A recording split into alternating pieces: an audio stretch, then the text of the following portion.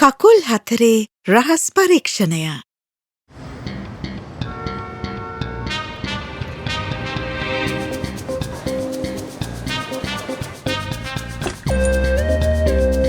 දැන් යන්න වෙලාව හරි. පොඩ්ඩක් ඉන්න. නිකම් මෝඩෙක් වගේ කතා කරන්න එපා. ඔයා ව්‍යාග්‍රහිංග බලන්න යනවද? දැන් ඇති. මගේ සහෝදරයා බබෙක් වගේ නිසානේ මේ සේරම. හැබැයි ඒ මුණා කියලා මාත් ඒ වගේ වෙන්න ඕනේ නෑනේ. එහෙනම් ඔයා බබෙක් වෙන්න ඕන.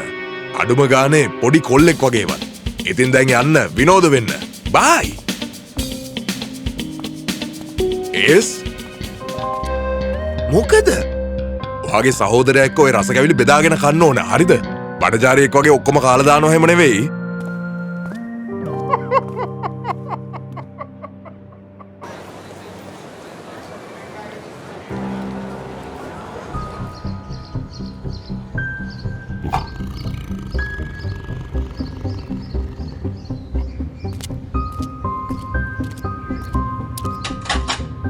මේ ඉන්නේ අපේ සත්තු අත්තට අභිමානය ගෙන කෙනා. රාජකීය බෙන්ගාලි ව්‍යාග්‍ර උතුමානන්.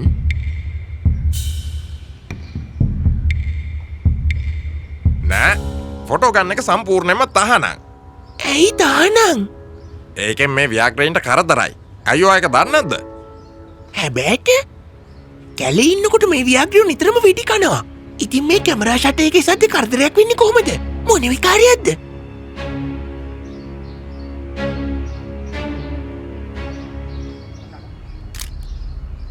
මොකක්? අල්ලගන්නවා මෙයාලව. අපොයි එන්නේස් අපි දුවමු.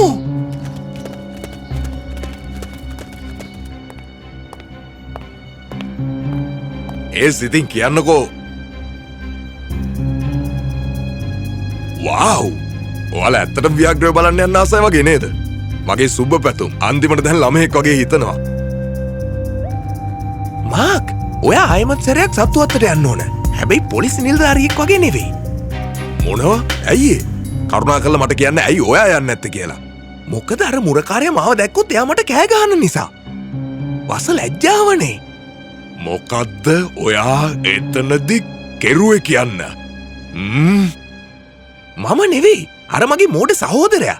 දැන් මට ඕන දේ හොයලා කියන්නකෝ. ඒ අතරදී පුළුවන් මට දේශනයකට සහභාගී වෙන්න. මෙතන වෙන්නේ මොකද්ද කියලා හරියටම කියනකම් මං කොහෙවත් යන්නේ නැහැ.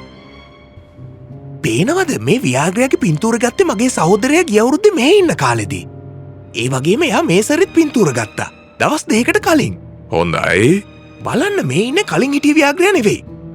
පේනවද එයාගේ වෛරන්? මේ දෙන්නගේ වෛරයන් රටාව එකිනෙකට වෙනස්. හොඳට බලන්න වෙනස. එතකොට කලින් හිටපු ව්‍යාග්‍රයා කොහෙ ගිහින්ද? ගිය අවුරුද්දේ නිකුත් කරපු හැම පත්‍රයක්ම වගේ මම පරීක්ෂා කරා. ඒවෙත් කිසිම දෙයක් වාර්තා වෙලා නැහැ. අඩුම ගානේ ව්‍යාග්‍රයා මැරුණා කියලාවත් වෙන ව්‍යාග්‍රයෙක් ගෙනාව කියලාවත් කියලා නැහැ. මේකේ අමුත්තක් තියෙනව නේද? කිසිම තොරතුරක් නැහනේ. නගරෙටම ලොකු අභිමානයක් ගෙනාව ව්‍යාග්‍රයා ගැන. දෙයියනේ. ඇයි අපි දැම්ම ගිහින් ව්‍යාග්‍රය බලා ගන්න කෙනාව අත්අඩංගුවට ගන්න නැත්තේ? මොකද එයා මොකුත් කියන එකක් නැහැ. දැන් ඉතින් ඔයා මං ඔයාට කිව්ව දේ කරන්නකෝ. හරි මං යන්න සත්තු අතට.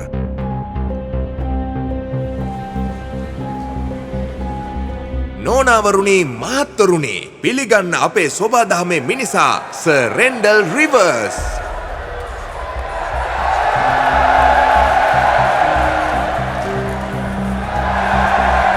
මිත්‍රවරුනි සහෝදර පරිසරවේදියනි ආයෙත් පරිසරයට හැමදේම බාර දෙන්න ඕන. අපි පරිසරයෙන් උදුරගත්ත දේවල් වැඩි.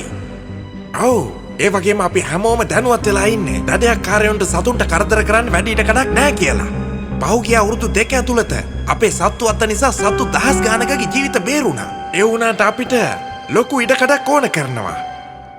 අපි ඉදිකරන අලුත් අබේ භූමියට මුදලින් දායක වෙන්න. ඒ භූමිය අක්කර 2000කට වඩා වැඩි. අපි එතෙන්ට ගේනවා ලෝකෙ පුරාම ඉන්න තුවාල වුණ කරදරයට ලකුණ සත්තු සේරම. එයාලව බලා ගන්නවා. මේ තියෙන අපේ කකුල් හතර යාළුවන්ට සාමකාමීව ජීවත් වෙන්න පුළුවන් තැනක්. මේ ඔබේ වාරය.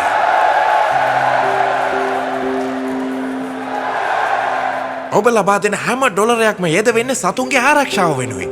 මම පෞද්ගලිකව ඩොලර් මිලියන 20ක් මේ ව්‍යාපෘතිය වෙනුවෙන් ප්‍රදානය කරනවා.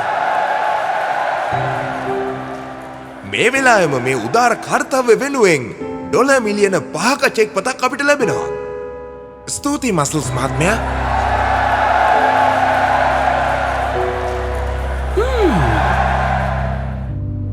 ඒස් අපේ පිටරටයි මට පිළිතුරු එවල තිබුණා. ඔයා කිව්වා හරි. අපි දැම්ම ගිහින් ලොක්කට කතා කරන්න ඕනේ.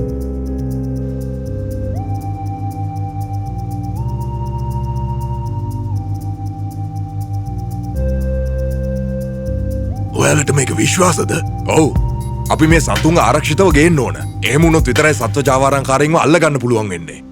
එතකොට ඒස් මේ ඔක්කොම ඔයාගේ හිතලුවක් විතරක් වුණොත් ඒකට කියන්නේ සිවුම්ම නිරීක්ෂණය කර තීරණයකට එහෙම කියලා. චීෆ්, ඔයා දන්නවනේ එයාගේ වැඩ ගැන. ඒත් එයා කියන කතාව හරි. ඒත් අපි කොහොමද සතුන් ආපහු ගේන්නේ මේ හොරුන්ට නොදැනෙන්න?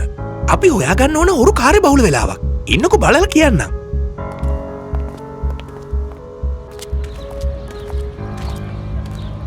සර්, ඔබතුමා රාජකාරී ඉවරද? ඔව් මගේ පැටව සේරම දන්නේ නැති. ඔයාලා කවුද? ඇයි ඔයා මේ කුර ගහන්නේ?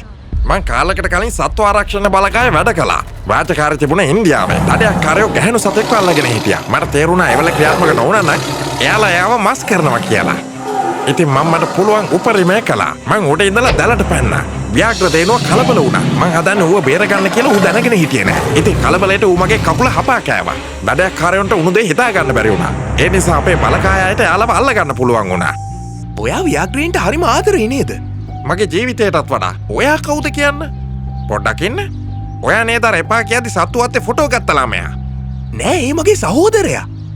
ඉතින් ඇයි දැන් ඔයා මාව හම්බෙන්න ආවේ? මෙහෙන් යන්න. මට පාඩුවේ ඉන්න දෙන්න. සැන්ඩර්ස්, මන් දන්නව ෆොටෝ ගත්තකින් ව්‍යාග්‍රයට කරදරයක් නෑ කියලා. ඒ වගේම මන් දන්නව ඔයා බලාගන්නේ ව්‍යාග්‍රය වෙනස් එකෙක් කියලා. එතකොට කොහෙද අනිත් ව්‍යාග්‍රය ඉන්නේ? මට නම් තේරෙන්නේ නැහැ ඔයා මේ මොනවා ගැනද කියවන්නේ කියලා. මේ ඉන්නේ ඔයාගේ පවුලේ අය නේද? ඔයාගේ දෙමව්පියෝ, බිරිඳයි පුතයි. අපේ විශේෂ බලකාය කණ්ඩායමක් මේ දැන් ඉන්න ඔයාගේ ගමේ. ඔයාගේ පවුලේ අය ගැන ඇහැ ගහන් ඉන්නේ. එයාලව ආරක්ෂා කරනවා. එයාලට කිසි අනතුරක් වෙන්නේ නැහැ. ඔයා සහයෝගය දෙනවා නම් අපේ කණ්ඩායම ගෙන්න ගන්නම්. හැබැයි එහෙම නොකළොත් අපේ කණ්ඩායම ඔයාගේ පවුලේ අයව අරන් ගියේ. ඔයාලා කොහොමද මේවා දැනගත්තේ? ඔයා වගේ ව්‍යාග්‍රයින්ට හුඟක් ආදරය කරන මිනිස්සෙක් එයාලව පැහැරගෙන යනකොට නිශ්ශබ්දව ඉන්නවා කියන්නේ ඔයාගේ ජීවිතයටත් වඩා ඔයා ආදරය කරන අයගේ ජීවිත ගැන ඔයා හුඟක් වද වෙන හින්දා. තව කවුද මේ ජාවාරමට සම්බන්ධ? අනේ මන් දන්නේ. මට එක ෆෝන් කෝල් එකක් ආවා. මොනවා හරි මං එලි කළොත් එහෙම මගේ පවුල අයව මරනවා කිව්වා. එතන ඔයාලා හොයන්න ඕන කෙනෙක් ඉන්නවා. මන් දන්නවා ඒ කෙනා කවුද කියලා. මේ සත්තු අතර වෙන රටවල් වලින් ගෙනාපු අනිත් සත්තු ගැන ඔයා තව මොනවද දන්නේ? මං බලාගන්න මේ ව්‍යාග්‍රයව විතරයි. ඒ නිසා මං අනිත් සත්තු ගැන මොකුත් දන්නේ නැහැ. හැබැයි මට හොයලා බලන්න පුළුවන්.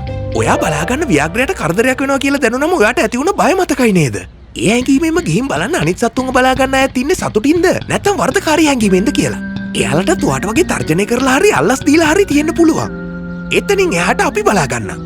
ඒ වගේම අපිට දැනගන්න ඕන එක පෙට්ටියක කොච්චර සත්ව ආහාර එනවද කියලත් මේ සත්තුවත් නඩත්තු කරන්න යන වියදම කොච්චරද කියලත්. මට ඒ ඔක්කොම කරලා දෙන්න පුළුවන්. මට දවස් 3ක් විතර දෙන්න. ඒස් මෙන්න ඔයා හැඟීම් ගැන කතා කරනවා.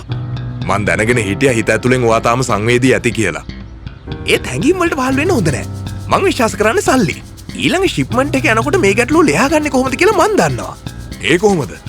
අපිට ඕන සුරතල් සතෙක් ඉන්න කෙනෙක්ව. ඒ සතා බුද්ධිමත් ඒ වගේම කේන්ද්‍ර ගාන කෙනෙක් වෙන්න ඕන.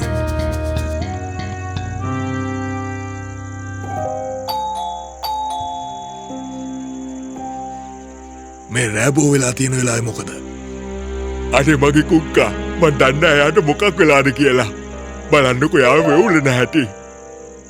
එහෙනම් යාව ඉස්පිරිතාලෙකට අරන් යන්න එපැයි. දැන් දවස් 2ක ඉඳලා මෙයා මේ වගේමයි. ඔයයි සත්තුවත් පසුවයිද? මගේ පිහිටත් ඔයයි. අනේ මගේ අසන්න පුංචි පැටියා. අනේ මට යන්නතු ජීවත් වෙන්න බෑ. මම මැරෙයි. හොඳයි එහෙනම්. එන්න අතුලට. ඔයෙන් ඉන්න.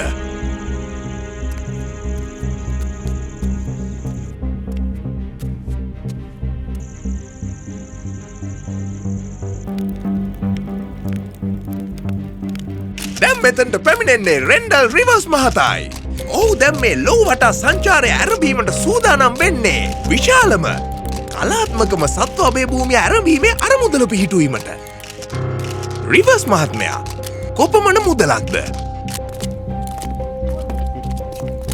අපි ඔයව අත්අඩංගුවට ගන්නවා. ඒ මොකද? මොනවද වෙන්නේ? මොකද මෙතන ප්‍රශ්නේ? මොනවා?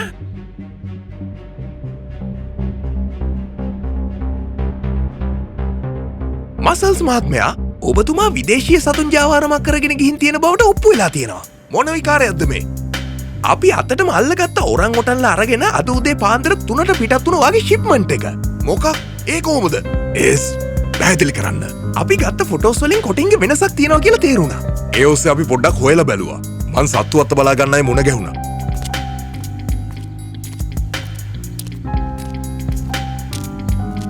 සමාවෙන්න මහත්තයා.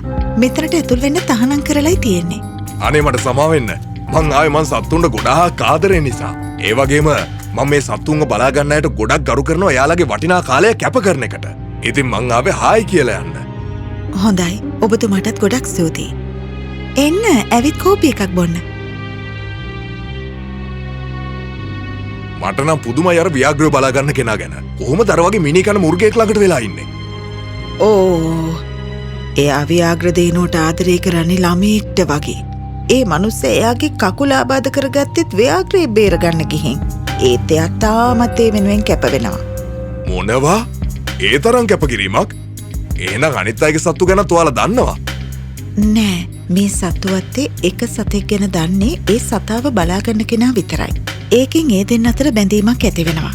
එතකොට අනිත් සත්තුන්ගේ ඉවක් දැනෙන්නෙත් නෑ බලාගන්න කෙනා ළඟින්. ඒ කියන්නේ මම බලාගන්න මුවා කලබල වෙනවා මගේ ළඟින් කොටියගේ සුවඳ මුවාගේ ඉවට දැනුනොත් එහෙම.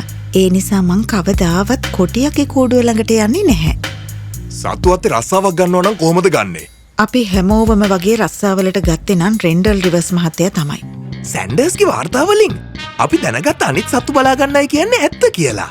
ඒ වාර්තා සේරම සලකලා බැලුවම තේරුණා අනිත් සත්තු බලා ගන්නයි නිර්දෝෂී කියලා.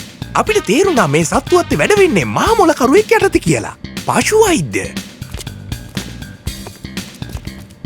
මාව අතාරින්න. පශු වෛද්‍යගේ වගකීම හැම සතියෙම සතුන්ව පරීක්ෂා කරන එක. ඉතින් අනිත් අය දැනගෙන හිටියද සතුන්ව මාරු කරන බව? ඒක දන්නේ පශු වෛද්‍ය විතරයි. ඔයලට මොකොත් ඔප්පු කරන්න බෑ. එහෙනම් ඉතින් ඒ ගැන පැහැදිලි කරන්න. ඔය රස්සාව කරලා කොහොමද මිලාදික චිත්‍රයි රත්තරණුයි අරගන්නේ? ඒ පවුලෙන් උරුම වුණ ඒවා. එතකොට ඔයාගේ පවුලේ උරුමේ සල්ලි දීලාද ඔය අරගත්තේ? අවුරුදු 5ක ඉඳලා. ඔයත් සත්ව ජාවාරමක් කරගෙන ගියා වගේනේ කතා කරන්නේ. ඔයාගේ අනුදැනුමින් තමයි. මල විකාර. ඔයාගේ සත්තු අතේ සාමාන්‍ය වියදම් කොහොමද කියලා අපි හොයලා බැලුවා. ඒව ඔයාගේ ගිණුම් වාර්තාවලට වඩා නම් වෙනස්. ලොකු වෙනසක් තියෙනවා. වැඩිපුරම කෑමවලයි නඩත්තුවලයි. ඒ හැම ගිණුම් වාර්තාවක්ම හැදිලා තියෙන එක එක වෙලෙන්දගෙන් හරිම මිලට සල්ලි දීලා ගත්තු බිල් වලට අනුව. ශාක භක්ෂකයින්ට කෑම, මාංශ භක්ෂකයින්ට කෑම, ඒ වගේම බෙහෙත් නඩත්තු සේවා. එතකොට ඔයා ලොකු හවුල්කාරයෙක් වෙලා ඉන්න ලොකු සමාගම්. පීටර්, ඒකෙන් තමයි ඔයා මේ වැරදි සේරම වහගෙන හිටියේ. වඳවීමේ තර්ජනයට ලක් වූ සත්තු ගෙන්වීම සහ ආරක්ෂා කිරීම කියලා නීත්‍යානුකූල ලියවිලි පෙන්නගෙන හෙමින් සැරේ සත්තුන්ව කැලෑවලට නිදහස් කරනවා කියලා සත්තු අත්තෙන් එයාලව එළියට ගන්නවා. නීති විරෝධීව ඊළඟට අල්ලන සතාව ඒ විනුවට මාරු කරනවා. එක ව්‍යාග්‍රේගේ වටිනාකම කීයද මසල්ස්? අඩු ගානේ ඩොලර් මිලියනයක්වත්. ඔයා කොහොමද දැනගත්තේ ඔරන් ඔටල්ලව යවන්න ලෑස්ති කරලා තියෙනවා කියලා? මං ඔරන් ඔටන්ලව බලාගන්න කෙනා එක්ක පොඩ්ඩක් කතා කරද්දී එයා හුඟක් කලබල වුණා වැරද්දක් කරලා වගේ. අපි දවල් රෑ තිස්සේ හැගහන් හිටියේ. මන් දැනන් හිටිය ඔරන් ඔටන්ලව අරන් යයි කියලා සත්තු අත්තට කෑම ගේන හරි නඩත්තු කරන්න හරි ලොරි එන දවසේ. ඒ වගේම මන් නිවැරදි.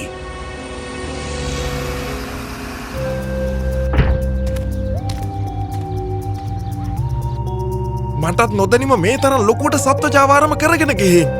මසල්ස්, මොකද්ද මේ වනසත්තුන්ගේ තියෙන ප්‍රයෝජනේ? එයාලව විකුණලා සල්ලි ගන්න තියෙන්නේ. දැන් මෙයා අරන් යන්න. ඒ ස්වායක කලා ආපෞසරයක්. මේ ජාවරංකාරයෙන්ම අපි ජීවිතාන්තය දක්වා හිර යවනවා. වැඩේ නියමයි ඒස්. මේ බලන්න ඒස්, ඔයා ප්‍රශ්න විසඳුවා. ඉතින් මොනවද ඔච්චර කල්පනා කර ඉන්නේ? ඔයා දන්නවද දෙයක්? අපරාධකාරයා මසල්ස් විතරක් නෙවෙයි. මොකද්ද ඔයා කියන්න හදන්නේ? ඇත්තම අපරාධකාරයෝ මේකට සම්බන්ධ මුල් ජාවාරම්කාරයෝ. එයාලයි මේ සතුන්ව සුරතල් සත්තු විදියට සල්ලි දීලා ගන්නෙ. සමුරුපලක මතක සටහන් කරනවා. මේ දඬුවම අපි එයාලටත් දෙන්න ඕන. එතකොට තේරෙයි කූඩුවල දාලා තමන්ගේ පවුල් වලින් ඈත් කරලා හිර කරලා තියාගෙන ඉන්නකොට දැනෙන්නේ කොහමද කියලා. එතකොටයි ඕන කෙනෙක්ට තේරෙන්නේ මේ සත්තු විදවන තරම සහ ඒකේ බරපතලකම. ඒස්, හරි සිහියට එන්න.